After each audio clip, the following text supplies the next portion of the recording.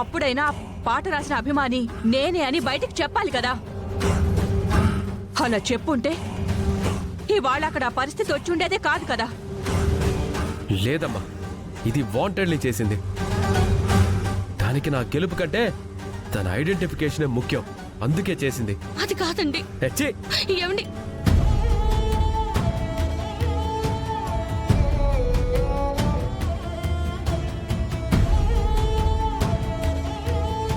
ఓ అభిమానిగా అన్నయ్య కోసం పాటలు రాసి పంపించింది వదినే అన్న విషయం అక్కడ అందరికి ఎలా తెలిసింది? నేనే చెప్పానండి. నువ్వెందుకు చెప్పేవే?